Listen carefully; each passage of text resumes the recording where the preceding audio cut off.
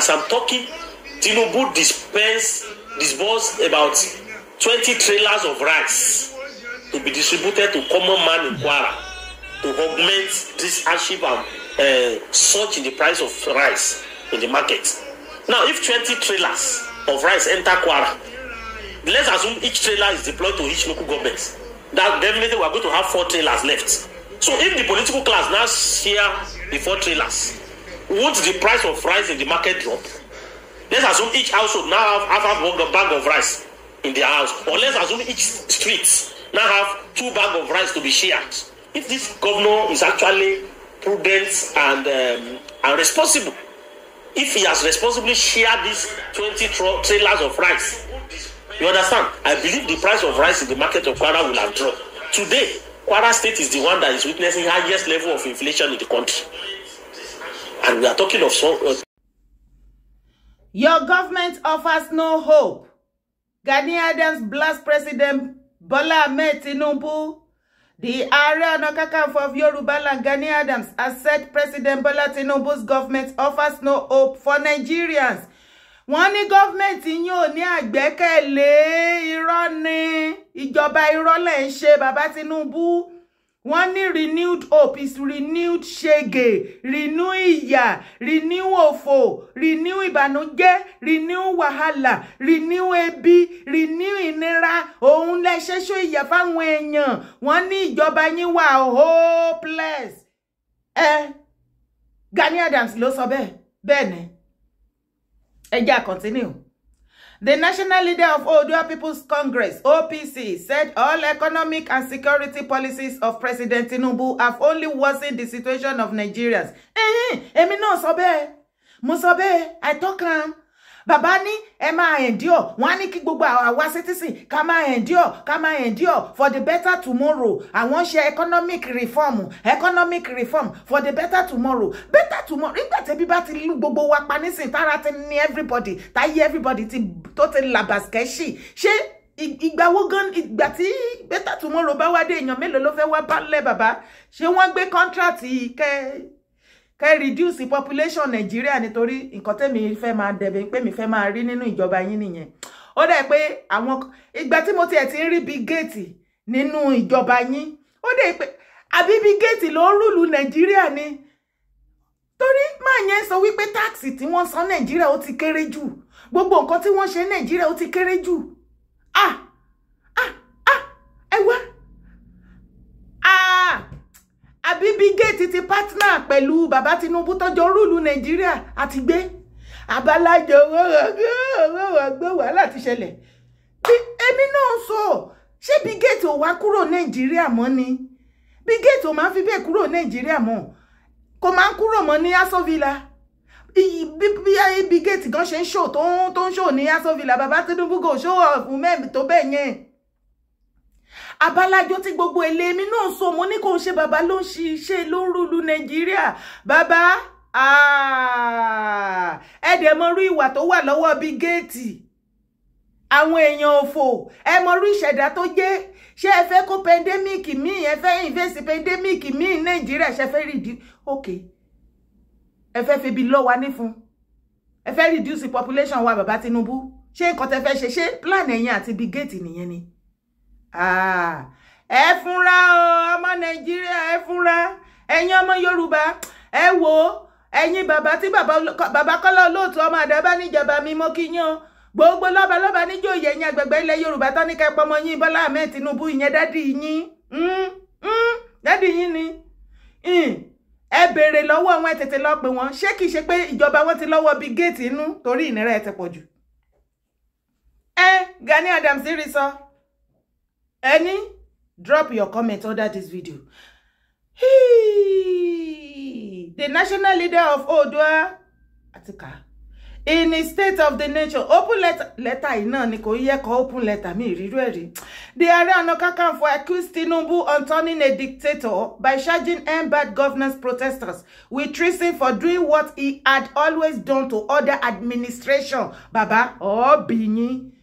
Àbá yín sọ wọ́n ní àfọbàjẹ́ kan ìran àfọbàjẹ́ kan kì í jọba ẹni dandandandan ẹ̀yin máa jọba ẹ fẹ́ bírèkì bàríà yẹn ẹ dẹ̀ ti bírèkì ẹ̀ ṣé ẹ̀mí wa lẹ wá fẹ́ gbà ni ṣé mi wálé wá fẹ́ gbà nítorí ẹ sọ wípé ìgbà ṣe gbọ́ nǹkan tí Gani sọ fún yín ṣé irọ́ ni Gani pọ̀ ló pa nbí ó ní ìjọba dictatorship lẹ ń ṣe ó ní ìjọba yín ti wọ́ọ̀sì jù ó ní bàbá Tinubu ẹ̀yin ní àwọn protester tó ń jáde fún end bad governance ẹ̀yin arrest àwọn protester ẹ wá ní kó grant wọn ní bail each one of them 10 million naira lẹ́yìn bàbá Tinubu Gani rán yín létí bí pé ní ìgbà administration àwọn ẹlòmíì tẹ́yìn arrange fún protest ṣé mọye government tẹ́ arrange protest fún tẹ́ lead tẹ́ ṣoríṣiríṣi ṣé wọ́n fọlọ́pàá gbé yín ṣé wọ́n arrest yín wọ́n tì yín mọ́lé ṣé wọ́n fi ẹ̀sùn treason wọ́n fi kàn yín bàbá Tinubu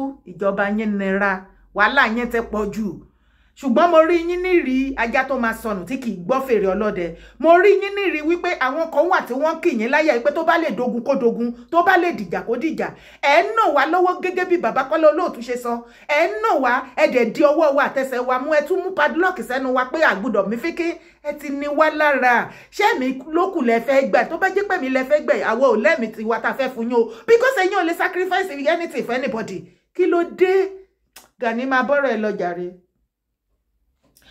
Gani, when you came with the Emilokan coinage in the build up to the 2023 elections, many Nigerians were persuaded that as a democratic exposed to modern way of governance, you will perform better than the erstwhile President Muhammadu Buhari, a soldier who deepened the poverty levels of Nigerians and increased insecurity from 2015 to 2023. Wa Gani, ìyẹn lèmi ò ní gbà láàrin yẹn. Aṣọ tún ṣòsì kọ́mọ lóore má bàbí kan jẹ́ ó lè mí o lọ́tà ńlẹ̀ Yorùbá Gani wá ṣó o dìbò fún wọn ni torí òun sọ̀rọ̀ ń sì bẹ́ni wípé wọ́n wá persuade ìwọ náà wà lára àwọn tó persuade wípé má wọ́rì ó máa ṣe dáadáa má fojú àná wọ ẹbọra abọ́wá láṣọ iyo ìwọ ò dìbò fún wọn náà Gani báwo ló ṣe ń ṣe báyìí ṣebí LP ló dìbò fún LP Messiah àtẹ̀yìn náà oníkálùkù ló níbi tá wá bàdé yìí ó tẹ̀ ti wá da Gani wà ń bí ó ní Messiah tí wọ́n gbọ́kànlé àbí tán expect ó ti di Messiah yàyà Messiah ti di mẹ́tì bọ̀ wá Gani wá ìwọ sí lára àwọn tó gba persuade yẹn lọ́wọ́ wọn pé Messiah ní Tinubu máa jẹ́ Messiah tí wọ́n expect pé ó máa jẹ́ ó ní LP 77 obi nkerenke ó ní Messiah ti tọ̀dọ̀ tiẹ̀ ó sì ṣe heartedly kódà ó fìbò ayé àtọ̀run re jọ nítorí Ọlọ́run Gani wá ń bí àbọ̀ ògbọ́ni obi náà sì LP mà ti fọ́ LP mà ti ní problem version oríṣiríṣi mà ní àṣírí ti túnú LP wọ́n ní gbogbo owó tó dá nínú LP wọ́n ti kó jẹ kàsà àwọn èèyàn òfò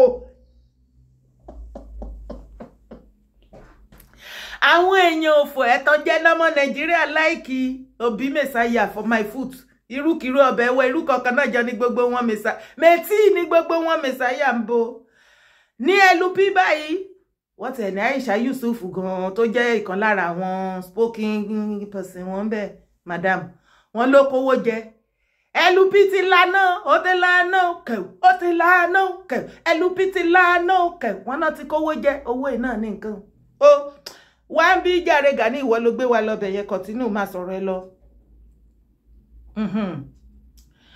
Today event has proved that they were wrong, Mr. President, to say the truth without minding whose ox is God. You have really disappointed many Nigerians who thought you were the Messiah they were waiting for. Messiah Bitibo Meti. The facts are there to speak for themselves, he said. Ẹ̀yin wo lẹ lọ gbọ́kànlé bàbá Tinubu as a Messiah. Ẹ̀yin wo nínú yín nílẹ̀ Yorùbá lẹ lọ rí bàbá Tinubu as Messiah. Èèyàn òfò ní pọ́njú lára yín o, èèyàn òfò ní yín. Meti ni bàbá Tinubu, Meti. Gani àlàyé yẹn ni mo ṣe fún ẹ sìn. Ìwọ sí lára àwọn tó rí bàbá Tinubu as Messiah. LP Obi ni wọ́rí lo choose as a Messiah títí ẹ. Ó sì ti bojú gbogbo yín jẹ́. Ṣé o ti bá wọn dá sí LP ṣebí lára wọn náà ni àbí PDP ṣì ni ẹ. Wọ́n ní ó ti kówó jẹ jàre ẹ̀sùn. He reminded the president that by 29 May 2023, a liter of fuel only cost less than 200, but with its subsidy is gone, statement fuel has gone to over 1,000 naira per liter, and naira to dollar was less than what it is in its administration. The price of a liter of fuel was less than 200, Oriso. Today, it is more than 1,000 naira. And the Minister of Petroleum, I ask you,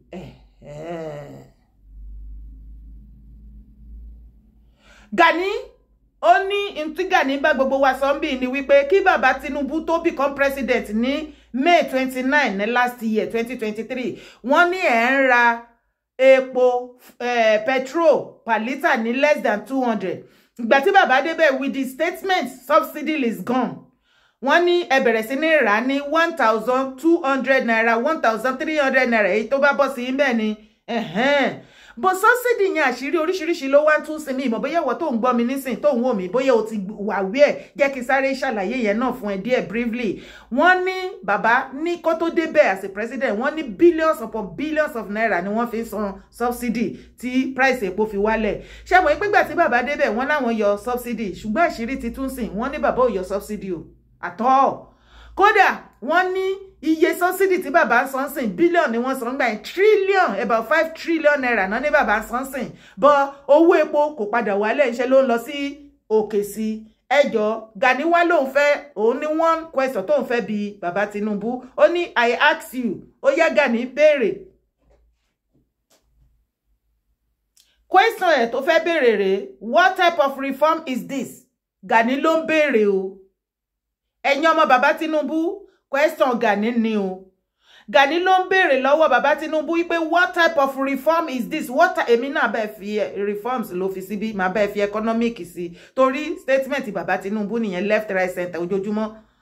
Economic reform, endure for better tomorrow. Everybody máa enjoy. Ṣé ìgbà tẹ́mi bá ti wá pin la fẹ́ enjoy. Ẹjọ́ torí Ọlọ́run mò ń rí nǹkan kan lẹ́nu ọjọ́ mẹ́ta yìí. Bill Gates ṣé ó wà lára àwọn tó ń rúùlù Nàìjíríà? Ṣé bàbá Tinubu partner pẹ̀lú Bill Gates láti rúùlù Nàìjíríà ni as a president?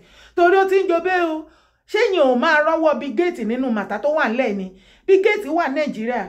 Ó dẹ̀ ń sọ fún bàbá Tinubu ó advice wọn pé táàsì tí bàbá Tinubu tó levy gbogbo Nàìjíríà ní gbogbo other sectors àti private àti everybody ó ní táàsì yẹn ti kéré jù kò síbi tó ti sọ̀rọ̀ táàsì kékeré bẹ́ẹ̀ yẹn all over the world ní undeveloped country yẹn ló fi ń wé America bí tó ti wá. Ẹjọ́ ṣé yẹn èèyàn ò tí ì notice ọwọ́ Bill Gates inú màtá ẹ̀ àbí wọ́n fẹ́ reduce the population wa gbogbo wa la mọ̀ orí ìṣẹ̀dá tí Bill Gates jẹ́ o. Eléyìí tó jẹ́ pé láàárọ̀ lọ́sàn-án lálẹ́ la wá rí Bill Gates Nàìjíríà tí ò dẹ̀ rí bẹ́ẹ̀ tẹ́lẹ̀tẹ́lẹ̀ ó ti mú nǹkan míì dání o. Ṣé ẹ fẹ́ reduce the population wa ni? Kò yé mi o. Gani máa béèrè question ẹ lọ. What is the next question?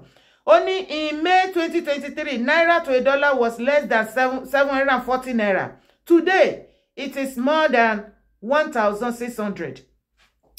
Owa continue question yẹn only now your two right-hand men when you were the governor of Lagos State between 1999 and 2007. Gani ó take bàbá Tinubu lọ sí memory lane ni o ó fún wọn ní flashback yìí pé kó lè mọ̀ wípé gbogbo bí game yẹn ṣe lọ la mọ̀ wípé ní ìgbà tí bàbá Tinubu jẹ governor Lagos State between 1999 to 2007 8 years ẹ ṣàngílítì àwọn two right-hand men tó jẹ́ wípé kò rí kò sùn bàbá tí wọ́n lè disappoint ẹ̀ láyéláyé àwọn ni Wálé Ẹdùn the governor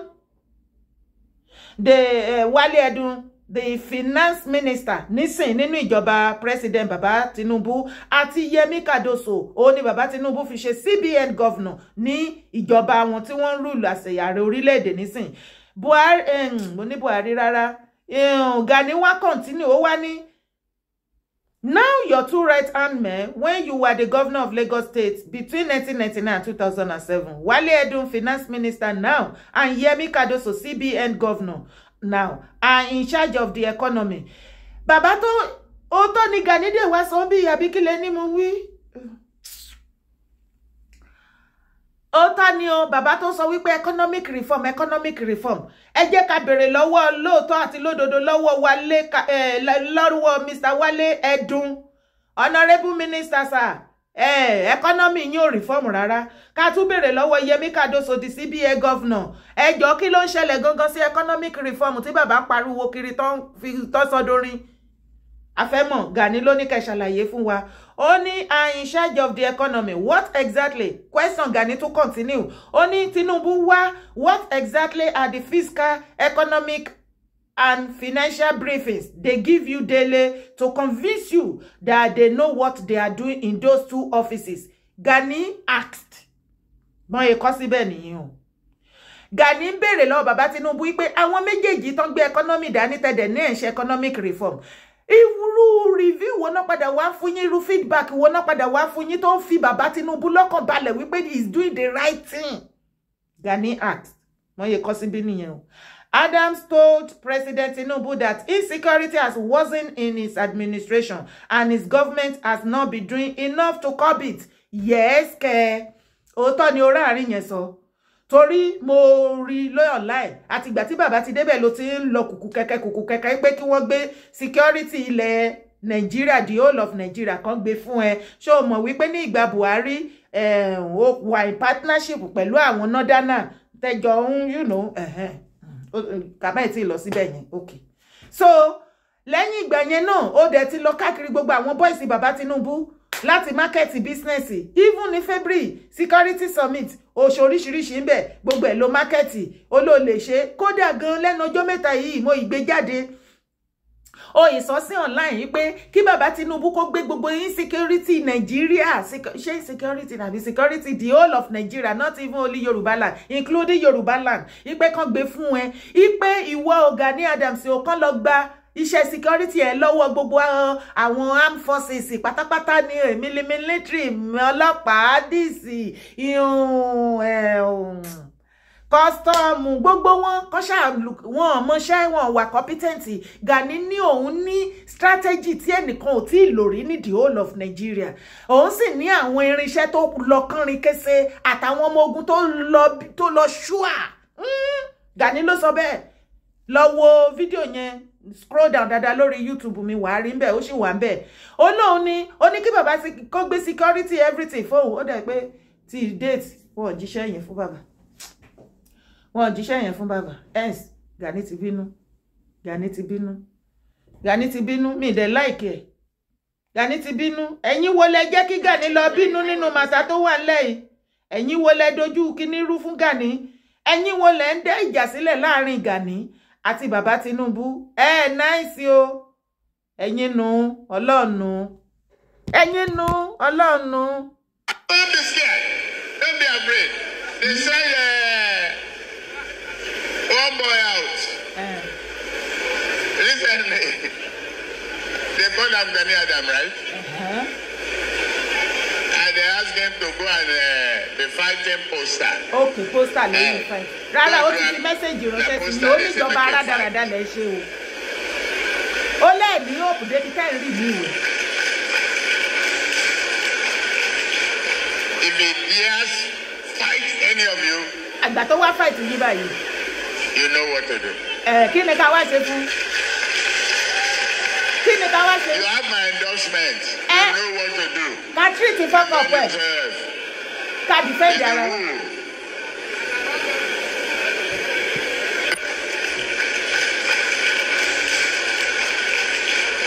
If he dares fight any of you,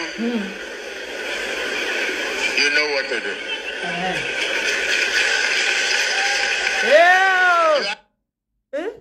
My endorsement, you know what to do. Defend yourself. It's the rule. Any máa jẹ gbẹngbẹng. Ó máa tilẹ̀ kí gbẹngbẹng. Ọmọ tí ò gbọ́rọ̀ ń gbọ́. Ká kọ́ lẹ́kọ̀ọ́. Ká kọ́ lẹ́kọ̀ọ́. Gani ṣó ń gbọ́? Ọ̀rọ̀ yìí ò ní lè wọ o. Ṣùgbọ́n èmi bá ẹ jíṣẹ́ tó rán sí bàbá Tinubu. Ṣó ti rí pé mi ò bá ẹ jà. Àbí? Bó ṣe wà nìyẹn. Gani ló sọ bẹ́ẹ̀. Gani ni. Ó ga.